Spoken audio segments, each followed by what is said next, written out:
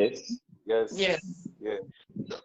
Okay. Going right into the topic for tonight, what's the right position for a performing art, for instance? What would you say should be the right positioning? Because sometimes when I see musicians sing, some actually don't know what to do on stage. They don't know how to, position themselves well.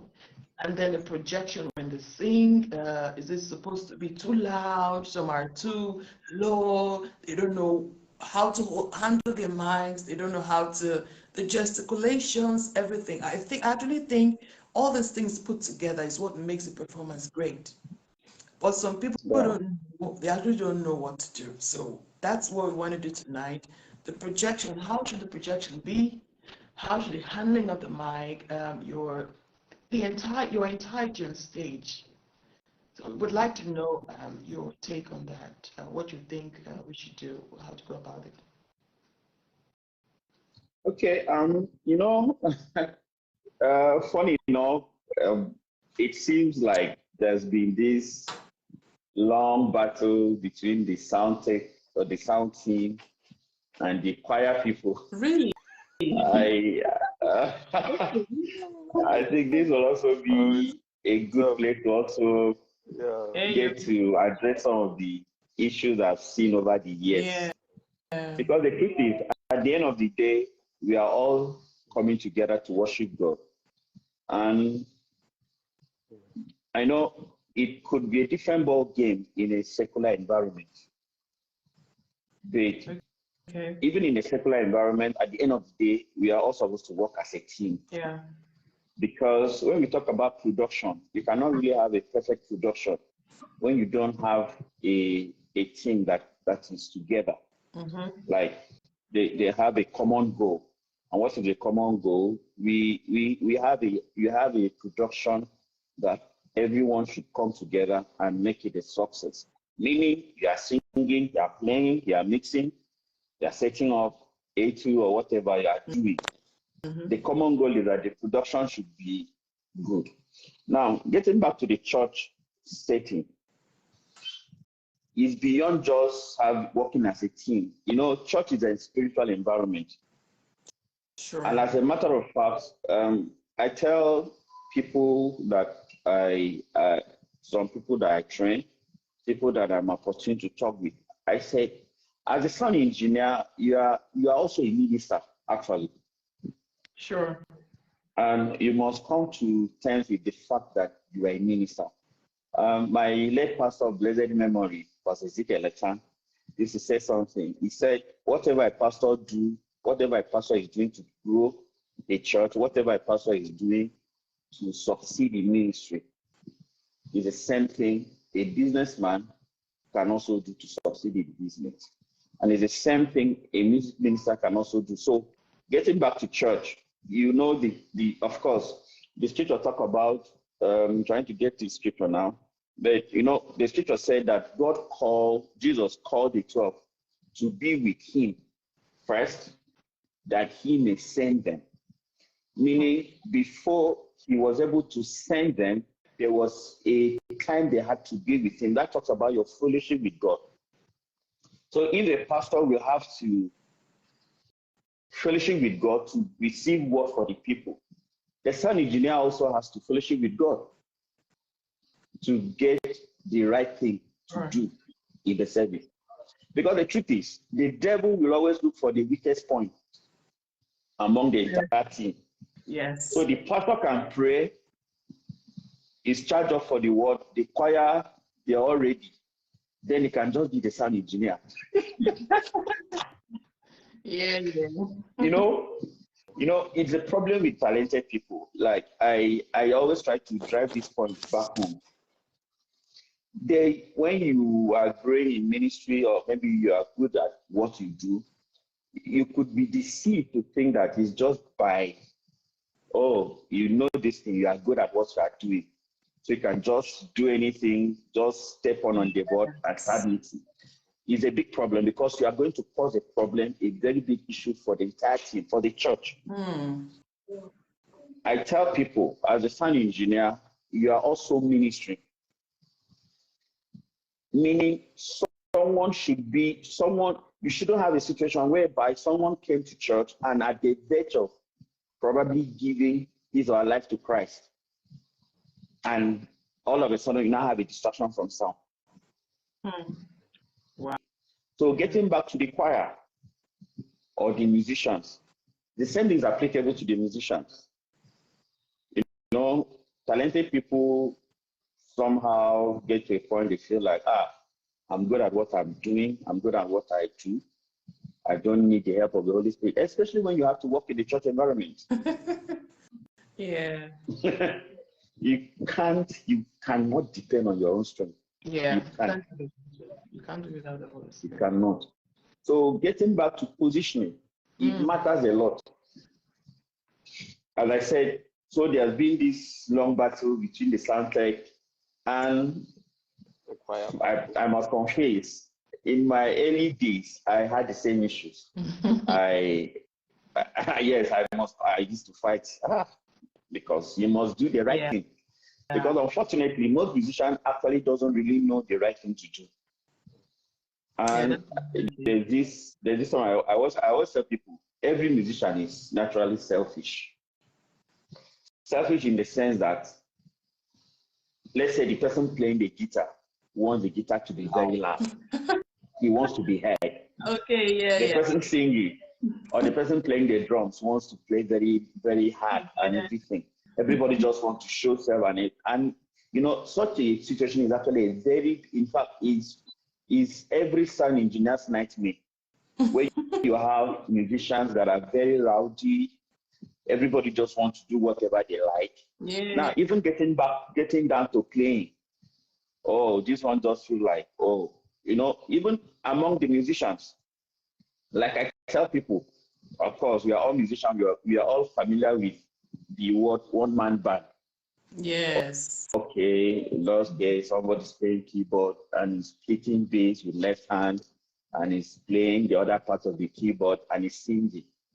You know, you see a lot of people come to a band, like when we talk about a band, where you have everyone together, and they still try to play with that mindset of that one-man band, and it's a big problem. Yes. Yeah. All the while you've been playing keyboard alone, splitting bass with your left hand and playing, and you now have a bassist in the equation, and you're still trying to play bass with your left hand. It's a big problem. Yeah. So you now have a lot of issues. Thank you for joining us. John Imomo is reaching out on Instagram. The wall empty. Or be envy of the wall. Yes. Wow. So you have a lot of issues. This one just wants to fire the volume, especially people playing the guitar. Yeah.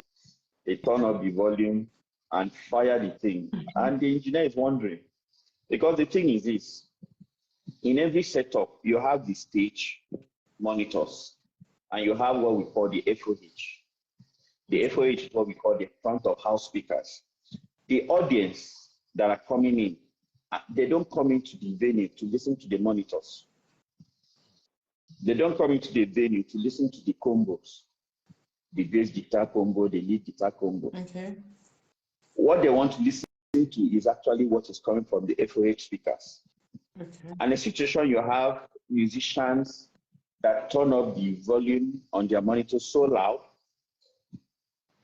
that two things will happen. Number one, the monitors will definitely spill into the house.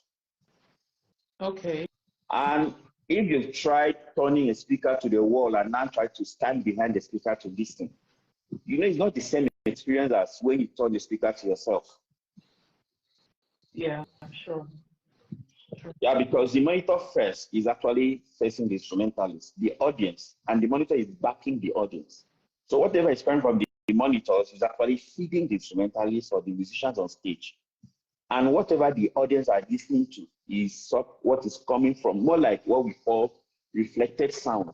So it's not a direct sound source from the speakers. Okay. And the production can never be the same. And On the FOH part, the engineer might not even have enough headroom to push the volume to overwhelm the monitor. And sometimes the engineer will now be tempted to overdrive the FOH speakers. Oh, okay. So you now have a scenario whereby everything just gets loud. Yeah. That even the audience will have to put fingers to block their ear, and it's a big issue. And the truth is, you can't really enjoy music that way. True. It's a big problem. It's a big problem. So, yeah. And the truth is actually every engineer's nightmare. Wow. I don't know any engineer that has not had issues with this. God. Like, worst case scenario, you have a hall that has acoustic issues. That's another thing. I was going to do that too. Yes. What type of hall is good enough, to have a good sound? What type of house should host the sound to give you good feedback? Yeah, in Nigeria, it's I don't know about UK. I believe UK, they have some kind of control as the kind of things they do in the building. Yeah. But in Nigeria, you have a situation whereby the church leadership wants to build whatever is in their mind, like whatever the architect drew, like. So you have something like, you even see some people build a massive hall, hard walls with tiles, plastic chain, POP ceiling or whatever. Yeah. So they focus more on the aesthetics, how the building should look, without taking into consideration that this building, there is going to be a sound system. Now, I usually tell people, sound, I'm trying not to be technical so that for the people that are not tech savvy, they can flow with us.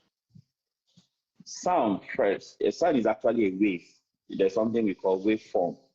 Okay. Sound is more like a wave. And a typical example I normally tell people, if you carry a table tennis ball,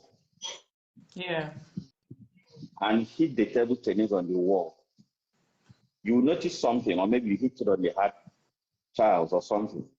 You notice that the table tennis will hit the wall or hit the floor, bounce back, go back, hit again, bounce till it gets to a point the energy is no more there and the table tennis will come to a standstill. The same thing is applicable with sound wave. When a sound wave leaves the speaker and gets in contact with a hard surface like a tile, hard wall, hard ceiling, the sound wave is going to bounce just like the way the table tennis ball is bouncing. Oh, okay. And it bounces to the point there's no more energy. Now the problem with that is the time you have to wait for the sound wave to finish bouncing is what we call decay time in sound. Now that decay time. Yeah. So now that decay time in a music environment, music you don't just sing praise and wait and sing the Lord. Everything is going on. And so imagine a situation where you are singing continuously, but the first thing that came out of your mouth is still bouncing around. Wow. Oh, sorry. Yeah, it's okay. For a minute. I think that's like a feedback. Is it feedback they call it, or echo? When someone sings and sensitive. Echo. Like layman saying echo. So you now have a lot of echo in the hall, and you have a situation where you have direct sound field coming from the speakers, gets bounced around the walls, the hard walls, hard ceiling, tiles, and everything. The way echo sound is a very confused state. It leads to a lot of confusion. Yes.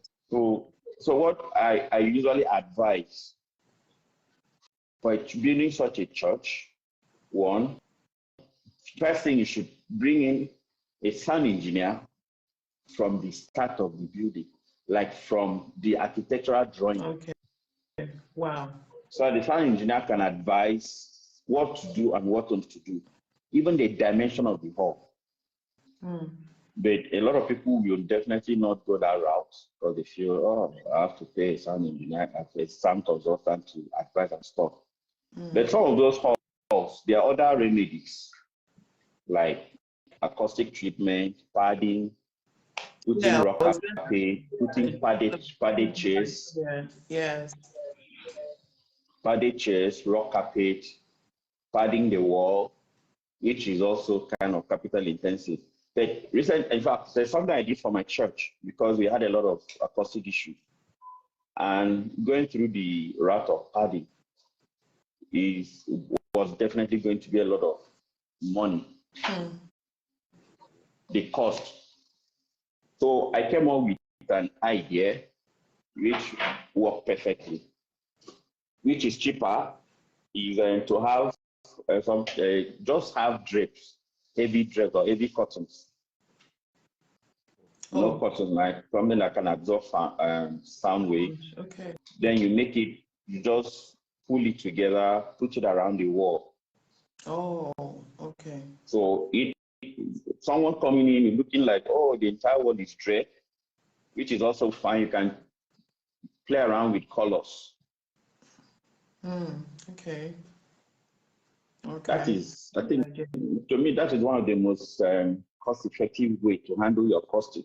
Then you can do carpet, not just carpet on the hard floor. If you have an underlay, there's this carpet underlay. Yeah. This thing they place under the carpet before putting the carpet. So, like when you step on the carpet, you notice that it's a little bit soft. Kind of. That is also a great way to take care of that. Then use padded chairs, not just plastic chairs or something. Padded chairs can really help. Wow. Great idea. The truth is there are a lot of cheap options that you can do. But if you have the budget, just get the acoustician. Like there are guys that specialize in acoustic treatment. Okay, from the onset. You don't have the budget. Yeah, but if you don't have the budget, just play around with drapes, some heavy drapes, heavy curtains kind of around the building. Also very expensive. Those heavy curtains. Yeah, but it mustn't be that such too heavy. You can even make do with the velvet material, but you have to make it you should have this pleating like folding all around. So not just a straight material on the wall, but it should be able to fold. That fold can go a long way. Okay. Another way, you can still use so you can even add something like just something we call it there's something called acoustic fiber, which is very, very cheap. You can add it behind the curtain so somebody doesn't see it. But if you touch the curtain, you would have noticed that it feels soft. Okay. It's another cheap option. So you don't need to invest in heavy curtains, those heavy, expensive type. You can just make do with what you can afford. But just let it have that fold. That fold it helps. Makes a whole lot of difference. Yes. Okay. Wow. Okay, I think that's a very, very, very beautiful secret. And then that actually costs less compared to you having from the onset and all that. So guys, I think this is very useful, especially for those who love music and you want your sound to come out really nice. Because you can tell from the sound the work that is being put in. Just from the sound, you can tell, because sometimes I think that actually helps singers or helps the output. Not just singers are happy, but the sound engineers are happy when they are working and they hear that what they're working on is sounding really nice or sounding the way they expect it to sound. You know, you feel that you kind of have this fulfillment that you're doing something and it's working. You understand? Because sometimes, like you Yes, said, yes, yes. just not knowing, you don't have when you don't have knowledge of something, you suffer. You just suffer around it. You know, I think knowledge is very, very important. But something I want to ask, how, like I asked previous, maybe you didn't get that. What's the position? What would a singer do not to give that much sound? Now, apart from the instrumentalists, like you mentioned, who sometimes want to increase their stuff just to be selfish and for them to be heard. How about the musicians? How is the handling of the mic, the positioning? Let's say one is using a standing mic, for instance, which I like to use most of the time when I'm singing. I like Standing it. mic. Yeah, I like that standing mic. What's the position like? You know, we have different types of microphone. That's another thing because Absolutely. we have this condenser mic. The condenser mic, is it condenser or condensed mic or something like that? Condenser, condenser. Condenser mic, yeah, is the one that takes Yes. people from every side, every angle, yeah? Yeah, that's what you have. Yeah, you know, what they are talking about is actually what we call a pickup pattern. So Pick up what? the one that Pick up. pickup pattern. Okay. So the one that picks sound from all direction is what we call omnidirectional. Omnidirectional. Yeah, it could be a condenser mic, it could be a dynamic mic, it could be a ribbon mic. You know, Oh, the pickup pattern is what we are talking about. So you can okay. also have the one that picks up from a particular direction. So talking about positioning, number Yes. one, for the musicians now, like the people singing, not the people playing, one common thing I notice is staying away from the monitor because you know the person singing on stage, you have a monitor on stage, and you're supposed to be within the range of the monitor to hear yourself. Sure. So when you move away from the monitor, you cause problems for yourself because you would have been cut off from the direct sound coming from the monitors. And most of the time, the place you decide to stand, there's no monitor at that position. That becomes a problem because if you don't hear yourself, there's a tendency you are going to go flat. You flat your notes. Oh, Especially, wow. yeah, because you can't hear yourself. And remember, on the stage, the instrumentalists are also playing.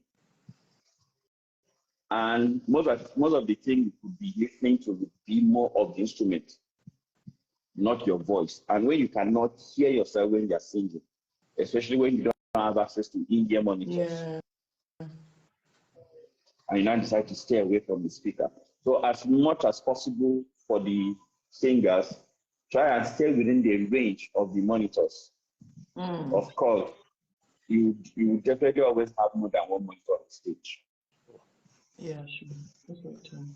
Yeah. And most setup, you have what we call side field. So side field is just like it's more like a speaker that stands on the that is positioned on the side of the stage, left and right. Yes. So it's more it gives you that extra headroom beyond what you are listening to from the monitors. Okay. Yeah. And most setup too, you could have different monitor mixes. So there's something we call monitor mixes. So you can have the lead singer has a pair of monitor for themselves. Okay. Like the engineer set up is maybe a pair of monitor or more for the lead singer position. Of course, you always know that the lead singer will always stay in front of the backup. Yes. Or as the case may be, can stay in between the backups. You notice definitely going to be this group of monitors for the lead singer, and there's going to be another set of monitors for the backup. Yeah. Okay. And what the engineer does, Is that the way it should be, or you're just saying that that's the way people do it? just is more like a standard practice in the industry. Okay. And I'm going to explain why. Okay. When you have, so okay, just let's imagine a scenario where you have the lead singer in front and you have the backups behind the lead singer. Mm.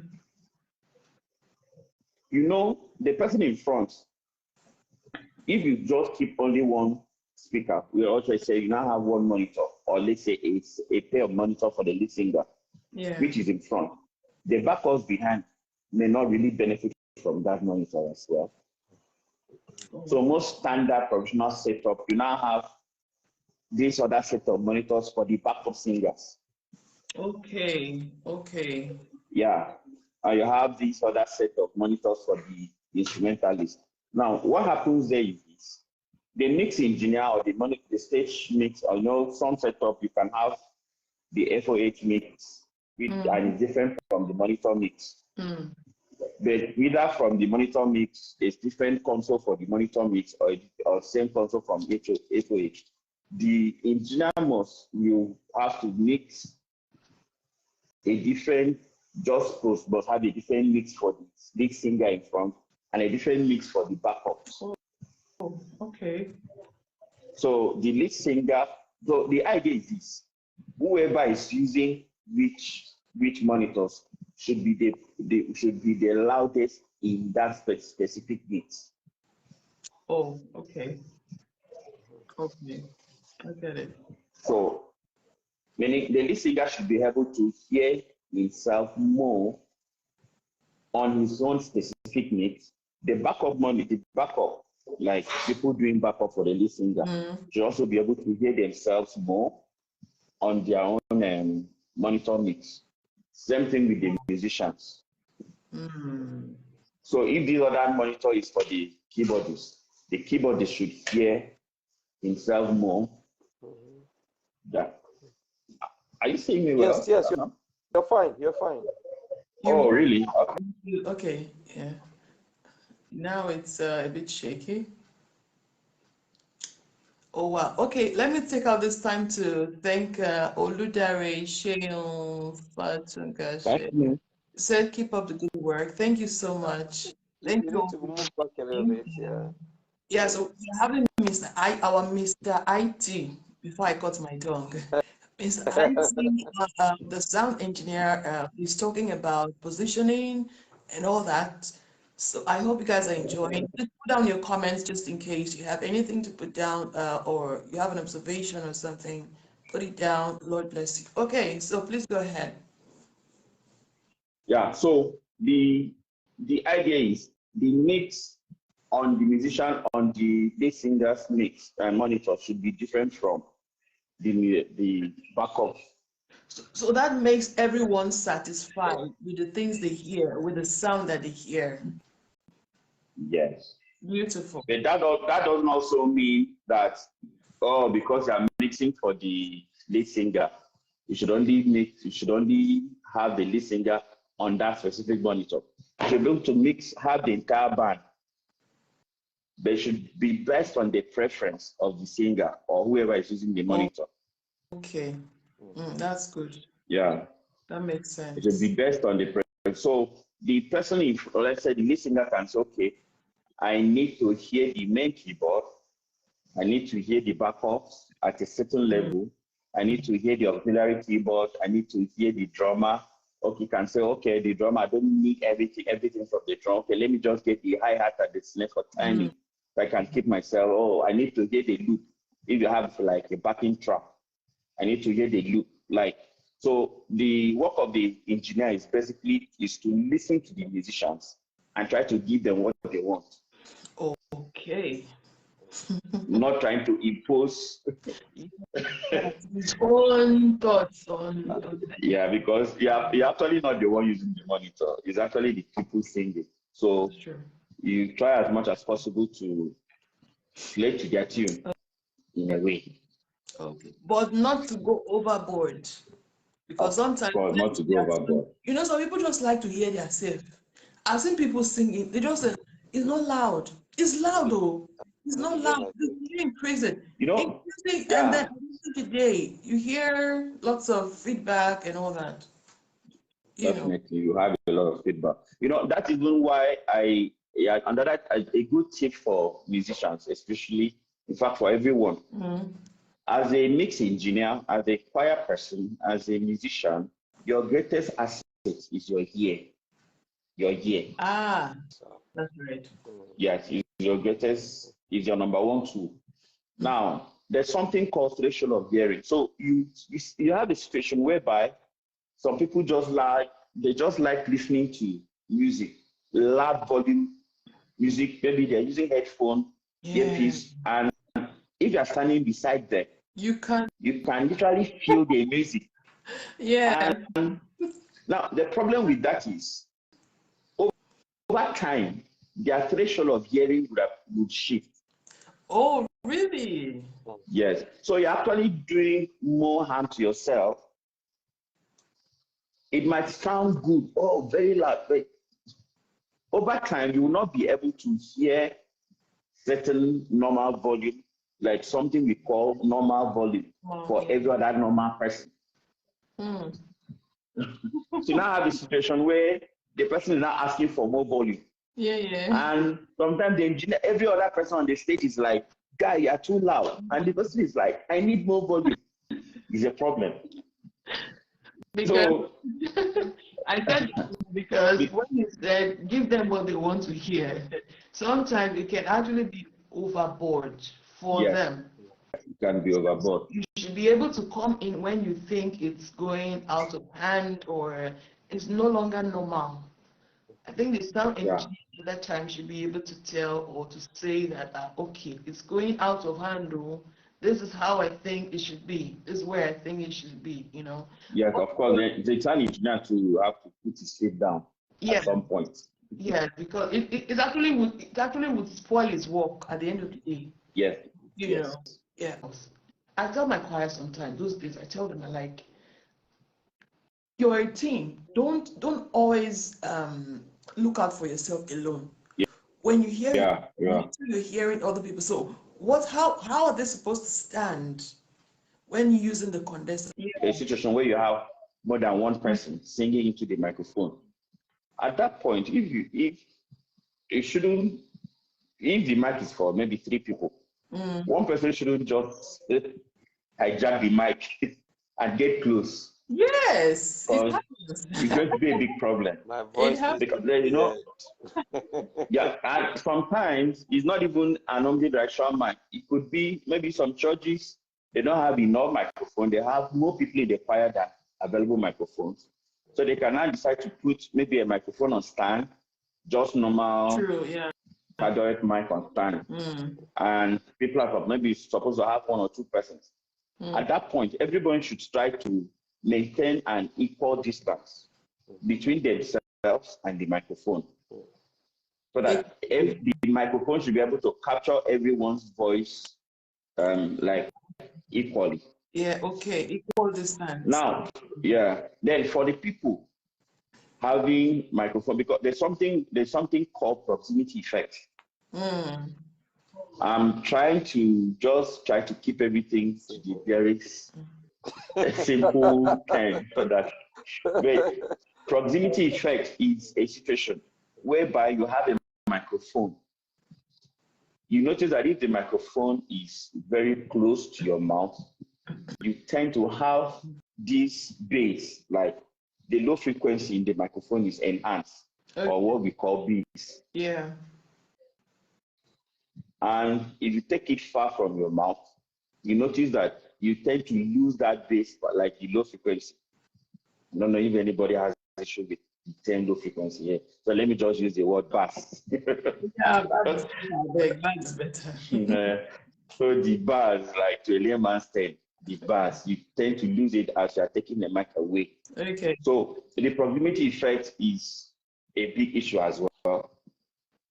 So for people, let's say someone that has one mic to one person, like a situation where you have one mic to one person, the person also should handle the mic to make sure that the proximity effect is not becoming a problem. Okay. Because when the engineer is mixing, the last thing a sound engineer wants to start battling with is excessive low energy from specific mics or one or two mics is a big problem. Now, I also see another situation where maybe someone is taking solo and you know you are going to pitch at a part of the song and you still keep the mic at the same level. Yeah. Man. So the professional thing should be when you are going to pitch, you should, of course, the person singing should know your strength. So, yeah. Just take it a little, like the point you know that you're going to pitch or somehow you're going to scream, going to shout. Just try to pull the mic away, sing that part, then the other part that maybe is going to be soft, or like the other part of the song that is soft, you can bring the mic closer to a certain level. And not just eating the mic, because they also have this other set of people, they eat the mic. In fact, I tell people. I think people who are guilty of that are preachers, pastors, most of them. Yeah, and it's actually a very bad habit. Let me use the word habit. You shouldn't eat the mic. Oh, wow. I tell people, use this rule. Put 2 fingers and keep the mic. Remove your hand. It's a very good position. Oh, 2 fingers. Put the like mic. Something like this. Keep it here. Then put the mic here. Then you remove the hand. You now see the distance between the microphone capsule and your mouth. Oh, wow. Please do it again. It's a good distance. Can you see my hand? Yes, we can see you clearly. You can see you. So you're not keeping the finger like this. Keep it like this. Like this. 2 fingers. Yes. Then you bring the microphone. No. The microphone capsule should touch the finger. Oh. Okay. Touch exactly. Now, when you remove your hand, you see there's a distance between the mic capsule and your mouth. Okay. It's a perfect. That's a good one. Okay. Good It's a perfect. That should be the distance you should aim for. Wow. And you are singing. The point you are going to scream, just try and release the mic a little bit, so that the other, of course, the engineer will have to probably use what we call compressor on the board to take care of the screaming and everything. But the thing is this: if everyone can do the right thing, and this can really help the engineer to also do the right thing. Yeah. Because you have such level of professionalism, the mix is better. You know, I normally say this: you can have a bad sound and have a good band. Now, when I'm talking about band, I talk about both the choir, that the people singing and the people playing. And people can still listen to something pleasant. Yeah. But you can have a very good sound and have a bad band. Yeah. True. It's a worst place to be. Most of you have gone to a program and the musicians, they were very damn good. And the sound was not very wonderful. But you notice something. You flow to a point that you will forget about the bad sound and just enjoy the music. True.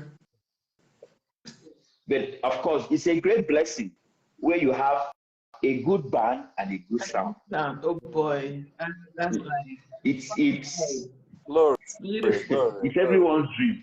You feel like heaven. Yeah. It feels But good. It's the same feeling. Sorry. It's the same feeling that keyboardists or musicians have when they have a good solo artist singing to their music, singing to their playing. Exactly. Oh my God. Exactly. But it's a situation whereby you have a very good sound. The sound is so good, but the music is bad, or let's say the band is bad. Oh,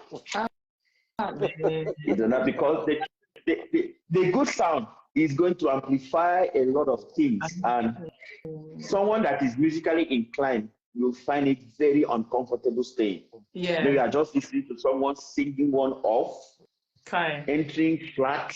Gosh, it's a problem. Honestly, that can actually put me off, even while worshiping. Even inside worship, put me off, I tell you. Of course, especially when you are musically inclined, it's a big distraction. It's a big distraction. Yes. Wow. Okay. So that's positioning too. Mm-hmm. That is part of the positioning, your ability to handle your microphone handling, and this copying of mic. You know, somebody's copying mic. You cover the capsule of the mic and now start singing. Yeah. You're not using megaphone. Yeah. You're not trying to make a village announcement. Oh, God. Oh, wow. Don't cry out. Okay. Don't cry out. That's a bad hand on the mic. I have a question for you. Someone wrote something here. Said, first of all, he said, a good one, Mr. Engineer. But my question is, do you have to give them what the musicians want because you want to satisfy them? Okay, I think you actually handled this. Talking about... Yeah, you know, like where to draw the line. Yeah. I think you talked about my approach, and I feel is the best approach everyone should also try to bring into play. First, before every service, also maybe let's talk about our rehearsals. The band, the sound team should be able to sit with the choir and understand what they want. Oh, okay. It makes the work, it helps. Meaning everyone should be on the same page. Meaning there should be a time where the sound team and the band or the choir should come together and have a meeting. And the meeting is centered on, first, the engineers try to find out what is in the mind of the choir people. And what the choir people need, do they have the equipment to deliver that? Okay. After that, the sound people should also be able to communicate to the musicians or the choir. This, for this thing to work, this is what is also expected of you as the band. Now, if you can have everyone on the same page, you will notice the synergy is going to be, they will easily synergize, like come to terms with certain things. So the communication, because the truth is, at the end of the day, communication is everything. Yes. Communication is key in production, whether in the secular world or in the church setting. Yeah, that's why some artists, some gospel ministers, if they are going to a place, they send what they call a rider. A rider is a list of things they need, especially if they are going as a guest. They send it ahead of time, send it to the technical team that, okay, we need 10 keyboards, we need 2 drums, we need this, we need that, we need this kind of microphones, we need this kind of monitor, we need such and such a number of monitors on stage. Now, the technical team will now try to provide as much, of course, provide what is on the rider. And during sound check, they can now come to talk, okay, for this, of course, that is one of the reasons why we should have sound check. Very important. And I also believe the sound guy should also be, for instance, talking about church, for instance, the sound team should also be part of the church, the choir rehearsals. That can help you solve a whole lot of things. Normally, what I normally tell people, as a sound engineer, I also score songs. So to score song is not something that is left for the guy playing the keyboard or the guy playing the bass. Okay. So if the choir is doing a particular song, I have to go and listen to the original version of the song. Ooh, is it that yes. deep? So yes, it's deep. So what I'm trying to do is to understand how different elements of the song came together. So that when the choir is doing the same song, I should be able to mix to context. Meaning that will also give me a goal in mind that, okay, the original album, this is how it sounded. As I'm mixing for choir, I should try to replicate that. Of course, the choir also will have to do their work. You see? True. So you don't have a situation whereby the choir guys spend a whole lot of time to score the song, the keyboardists, the bassists, the choir director, everybody score their part. And the day of the presentation, the sound guy is wondering, okay, at what level was the lead singer? And you know, the worst case scenario could be a situation whereby a song was a duet, like, you know, duet. There's a part of the song that is duet. Yeah. And the sound engineer just provides only one lead mic. So the person that's supposed to take the second part is now start looking for a microphone. You know, it's a big issue. Yeah. But if you score the song as a sound engineer, you understand everything that's needed for the song, number one. So if they needed 2 lead mic, you can provide 2 lead mic for people that are going to do the duet. Number 2, because, like, of course, this one is generally for mixing. One of the best way for people that are, for sound engineers that are upcoming sound engineers that are listening, one of the best way that you can help yourself to be better in mixing is to always mix with a goal in mind. Like, you have a vision. And where do you get such vision? From listening to good production. Wow. Good production. It can be a studio production. So the idea is when you're on your board mixing, you are trying to replicate that good production that sounded good to you. Because actually, when we talk about a good mix, it's actually subjective. How do I put it? They say beauty is in the eye of the beholder. Yeah, true. So there's something we call mixed preference. Certain engineers mix to certain preference, but at the end of the day, there's a foundation that guides certain mixing decision. And if you invest in good music with good sound system that can reproduce the music, or good set pair of headphones, you listen to good music. When you are mixing, you have a vision in your mind. So as a mix engineer, you're trying to mix to replicate that thing you listen to from the album. Wow. Now, you notice that when you mix with a vision, because if you don't really know what a good music should look like or a good sound should be like, should sound like, how will you know when you mix it, when the mix is good? So you could have a situation, they say, this engineer got it, the thing was sounding good, all of a sudden, the thing, but probably the engineer doesn't have a vision in mind. Yes, just anywhere. And when you also score the choir song, the choir wants to do so and so song, you also go back and score that song. You're also mixing the song for the choir with a vision in mind. And it will even make the choir happy. Because you now know, at a point, okay, this song is the lead guitar that was the lead instrument that started the song. Not when the lead guitar is trying to solo, the engineer is looking for where the lead guitar channel is.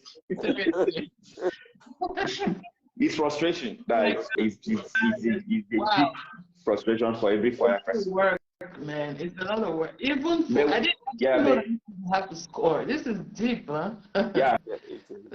Engineers have to score. Because there's a way you mix different genres of music. Do you understand? Like, the way you mix a pop is not the way you mix high life. Do you understand? So, so you should have listened to that music, let's say for the choir, the music they want to present. Score the song as so. While the bassist is scoring the bass line, you as an engineer, you are scoring every part of the music. Wow. So, it's what we call critical listening. So you are not just listening to the music to dance, you are listening to the music critically to understand how different elements of the mix came together. At what point, what was, certain instrument did a solo. Yes. What kind of tone should you make that instrument for the solo? Okay, like a snare, what kind of, you have different snare drum. What kind of snare drum was used for is it a fat snare? How did the snare tone? What was the snare tone in the music? Is it a fat snare tone or a crispy piccolo type of snare tone? All those stuffs come to play. Okay. So wow, that's why a sound engineer also should also score some. Like you should also have a library of songs to score. Okay. Yeah. How do you cope with talking drummers when they demand for more depth? Oh, okay. Okay. So it still boils down to what I was saying. Okay. When you are trying to mix a talking drum, you need the subwoofers. Okay. Otherwise, you and the talking drummer will definitely fight. Okay. Because the truth is, the level of low frequency energy required for the talking drum to sound good cannot come from just floor monitors. Oh. If you try it, you are going to burn that monitor before the end of the event. That monitor will definitely catch fire. Yes. Wow. And it's definitely not going to work because that excess low energy trying to come through the woofers of the monitor is going to cause a lot of distortion. Though the speaker will lack what we call efficiency. Like the speaker will not be able to produce the other parts of the mix properly because there's too much demand for low frequency. So the best way is just to have a subwoofer. Okay. Of course, that is where having a good stage, what we call side fill on the stage, comes into play. Because when you're talking about side fill, of course, you should have a subwoofer, at least a pair of subwoofer, one on the left or one on the right, or however you want to do your own setup. Okay.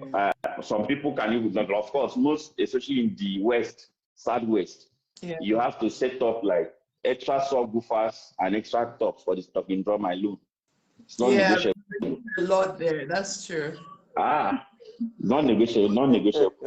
I guess that's what the person is trying to say. So if you are trying to cope with the talking drummer, and you don't have the system that can reproduce certain level of low frequency required for the talking drum to sound well, you might need to look for one. Okay. Because I feel at the end of the day, everyone on stage, your work as an engineer is also to make the people happy. Sure. When I'm saying this, I'm always very careful because some music guys will say, yes, your work as engineers is to make us happy. And they start making some outrageous demands. And that is not, because the truth is, at the end of the day, the engineer knows the limit of the equipment. And they will definitely not want to push beyond that limit. Okay. And you now have a band member that is asking for some kind of miracle. You know, we normally say, hey, you say, I'm a sound engineer, you're looking for a miracle, look for Jesus. But the truth is, the sound engineer cannot perform miracle when he doesn't have the resources to perform that miracle. Yeah. It's also the band people too should also be considerate. Try to understand. That is where communication comes in.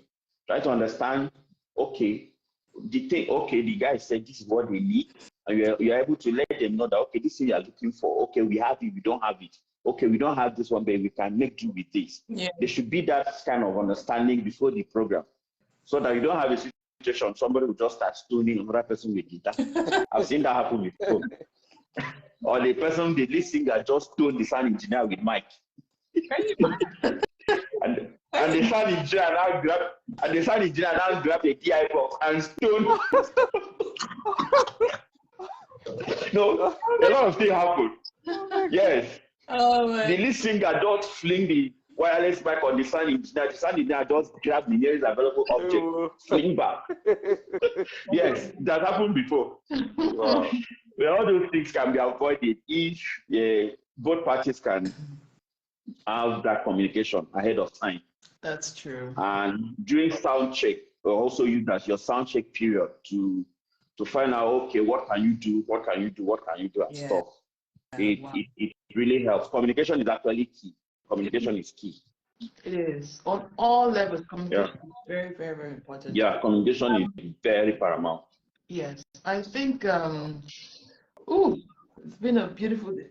Feb, I just sign. What's up? You have a question for your brother. You have a question. I don't have a question. If I want to ask a question is how can you tell a good mix? Yeah, that's the question. As I said earlier, beauty is in the eyes of the beholder. But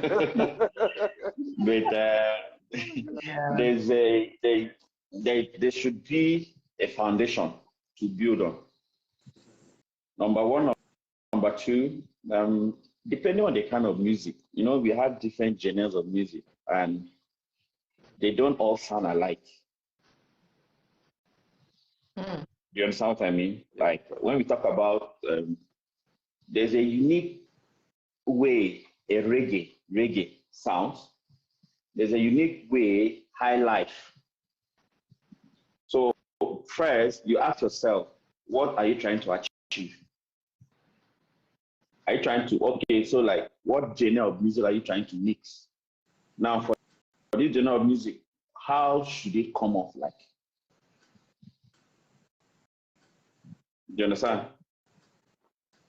So it starts with that first. And secondly, in talking in terms of the sound engineer, your understanding of frequency matters. You know, when we talk about frequency, we have what we call the fundamental frequency. Now, every instrument, including the human voice, falls within a range of frequency that we call the audio spectrum. That audio spectrum starts from somewhere around 20 hertz to 20,000 hertz, or what we call 20 kilohertz. Now, every sound you hear, you've heard, you will ever hear, must fall within this range of frequency. Anything way out of this frequency, your ear, the human ear cannot pick it up. So when you get back to the frequency, you now try to understand what is the fundamental frequency of the instrument you are working with. And we have fundamental frequency, we have what we call the harmonics. If I want to go into the explanation now, some people head to speed. So let me just leave it there. Yeah. Now, so when you are mixing, you have to understand, so let's say a female voice. You understand this is the fundamental frequency of a female voice. This is the range of the frequency that makes up a female voice. This is the range of frequency that makes up a male voice. This is the range of frequency that makes up a bass guitar. This is the range of frequency that makes up a keyboard. This is the range of frequency that makes up lead guitar. So your work now is to see how you bring all these together and just make it sound good. Meaning you should have known what a good sounding music feels like, sounds like. Or if I should use the word test like input. Okay. That was why earlier on I talked about having a vision in mind when mixing. And that vision comes from investing, of course, beyond investing in the training, beyond reading books and stuff, attending training, webinar, courses and stuff. You should also invest in good music. You are not just investing in good music, but you are listening to that music from a good device that can produce the music the way the music was produced. As a matter of fact, just tell anybody, if you can afford a pair of studio monitor in your home, even as a singer, you should have one. Wow. If you can afford it. The good thing, you don't even need to buy expensive. You can just buy some, and you don't even need to buy the new one. You can buy fairly used. You can get fairly used on eBay, Amazon, anywhere, Gigi. Quickly in Nigeria, you can get them on a platform like Gigi. So you invest, you listen, you use those things to train your ear, understand what good music feels like. For the people that are gospel centric, I'll tell them, this like mix engineer, do a lot of investment, try to listen to Joyous Celebration mixes, these South African guys.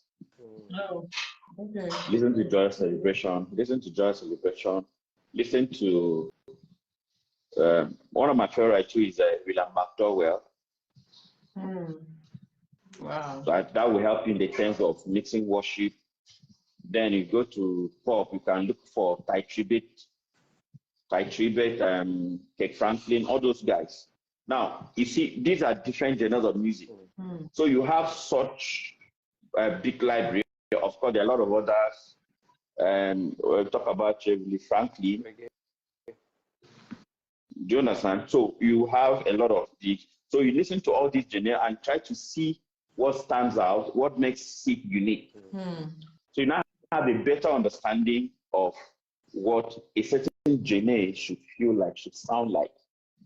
And when you have that vision in your mind, it's easier for you to reproduce a good sounding music. Wow.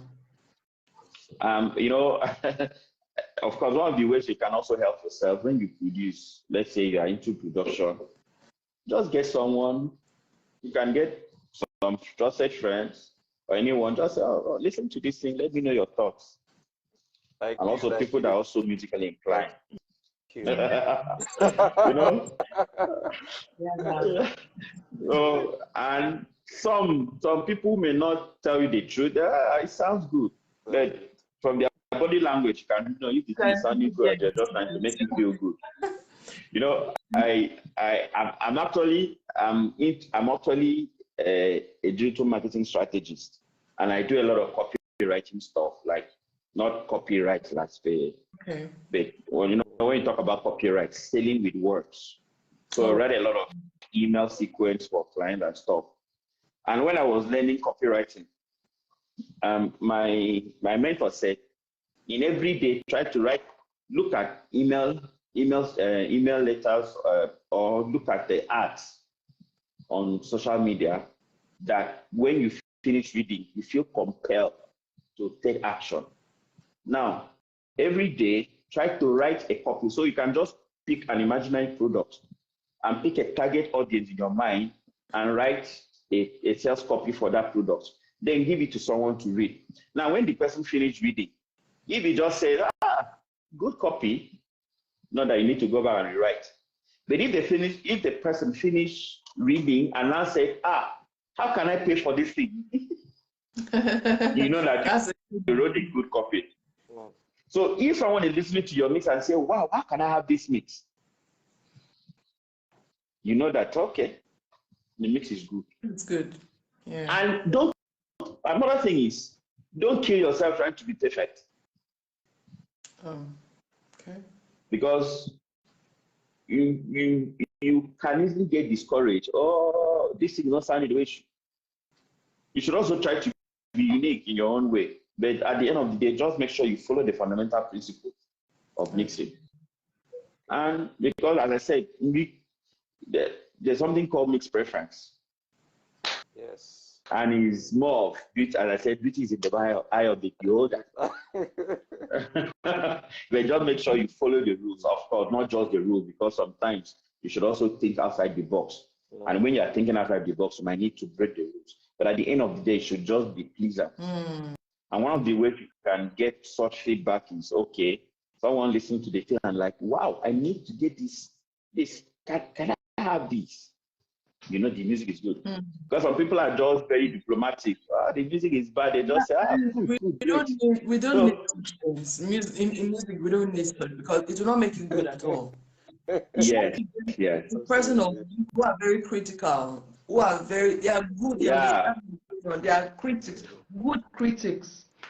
That's what. Yes. You might feel slighted in the beginning, but with time, they'll be pushing you. Sort of challenging you and pushing you. And one major thing as a sound person, as a musician, surround yourself with guys that are also good. Yeah. That you can look up to. Don't just have people around you that are also in your own level, same level with yourself. Yeah. You will not grow. You won't grow. Thank God I have you now. Just surround yourself. Don't come to a point where you feel like, because one thing about these things, I tell people, music production or sound engineering is like a field of medicine. It's progressive. Okay. So, for instance, there were a lot of methods, there were a lot of things we were doing back many years back when we started.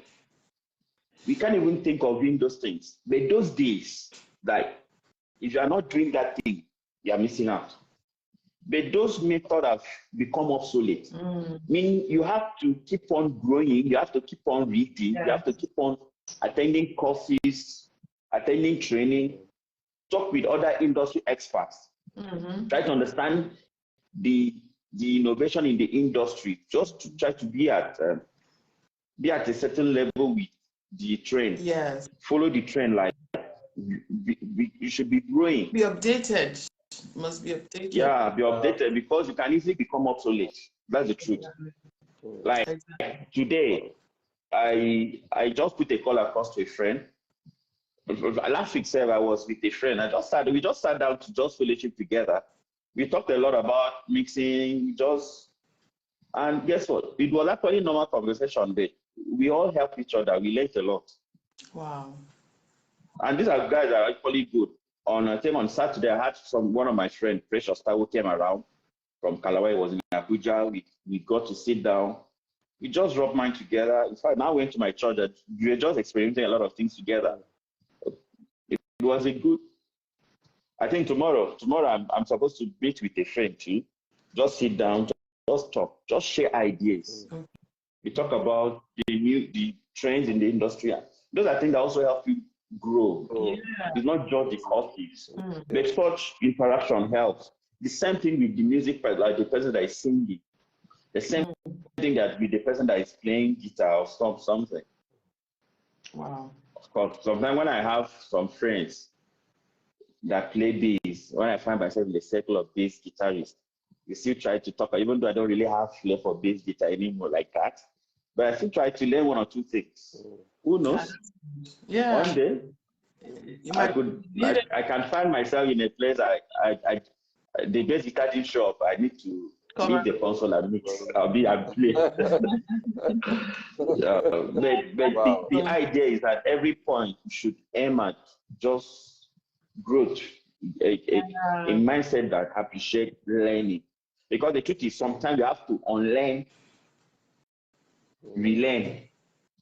You know, the hardest part, it's easier for you to learn new things. But the hardest part is for you to unlearn. You have to unlearn, at least, even as a music person, you have to unlearn certain things. And learn new things. Yes. Wow. Yes, so that's I think that caps it on. But before you go, sir, I want to thank everyone watching. I have some guys on Instagram. They've been responding, they've been giving their waves and thank you and all the good stuff. I think they're quite enjoying what we're talking about. And our guest tonight has been very, very, very wonderful. I must say, you're very interesting to deal with. First of all, I'm very happy that he's here. There are some people you just meet and you feel elated, kind of just boosts your morale. And I'm so happy for that. Thank you so much, sir, once again. I want to thank everyone who has been here, typing, questioning, just showing your presence at all. It's appreciated. But before you go, sir, please, I would like you to give your handle. Where's your business located? Where's your studio at? Give your handle just in case anybody would like to do business with you. You never can tell. Okay. On Facebook, it's just the name Itimitang Isanga. Okay. On Instagram is Itimitang Isanga. And on Twitter, it's the same Itimitang Isanga. Just, Itimitang Isanga is a very unique name. Very unique name. Very just at Itimitang Isanga on Instagram. Okay. I think it's already. Let me see if I can. I just typed it down. Yes. Yeah, that's what I'm trying to do. Okay. I just typed it. And you can also send me email on itimitang@gmail.com. Okay. Actually, I read. Yeah, I'm typing that now. Okay. I read my mail, so can always, and my WhatsApp contact too. Okay. But I think just send a message on Facebook. Okay. Instagram, Twitter. Are you also connect. Are you on TikTok? Sorry. Are you on TikTok? Yes, I'm on TikTok. But I don't remember that stock handle. Is this Because I do you have your stuff on YouTube? Do you have something that you put up on YouTube or something? mm, Do you have any? not yet, but I'm actually working on the channel. So what I intend to do, I'll be putting up videos on the audio engineering, the just free videos where people can just go to YouTube and learn, and Okay. also be sharing my experiences there, a lot the things to I've learned learn over from the you. years. A lot to Yeah, learn. very important. This is apart from you showing up your work, which is expected, you also teach it to other people, you know. Yeah, I actually do training. Yeah, I train people. Great. I train. Yeah. Okay. Really, if you're an upcoming sound engineer, you want to know more about engineer, trust me, Mr. IT is good. From what he's talked about and the teachings he's giving us tonight, please contact him. All the information are here. I think I can't even put them up here on Instagram. I think I'll do that after the show so they get to see it. After now, all the information here, I'll just put it down. If you can help me, if you can help me do that, that would be great. Just put it on Instagram as well, so they get to see it. Just write him, message him. He would get back to you as soon as possible. Thank you all for coming tonight. I've learned a thing or two. I think I've learned, even with the mixing and all that as in my business, I think I've learned too, just in case I want to go there later on in the future. This is beautiful. Thank you so much. All those who are on our YouTube, please do well to watch the previous video and do subscribe to our YouTube channel. And also visit Mr. IT's YouTube channel, who's going to be very soon out. I'm going to be putting Oh it no. up. Just please let us Yeah, know once it's out so that they get to definitely. they Sure, I will need will. it. They will need it, trust me. Thank you guys for coming around. I don't want to keep you too long. Please join us again next week, Tuesday at 9 p.m. Nigerian. Nigerian. West African time. Okay, 9 p.m. West African time. We will be with you again next week, Tuesday. Thank you so much. Thanks, once again, thank you, Mr. IT. We appreciate you greatly. Thank you. Please Thank share you. your It's knowledge been a with pleasure. us. It's been a great time sharing fellowship Yeah. together. Yes, and my love to your wife, your family. We Thank are you. my love to her. Okay, guys, have a beautiful night. Austin or Mosdele, thank you for coming. You try well, you come late today. Waiting happen.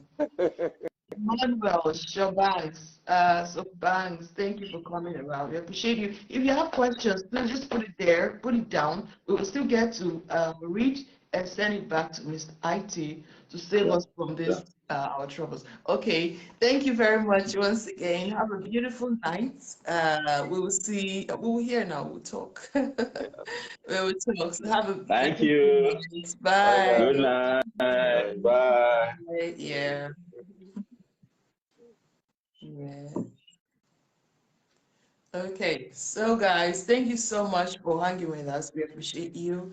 Have a beautiful night, and please do help us to share the video. All right, share the video, and the Lord bless you real good. Amen. Bye. Bye.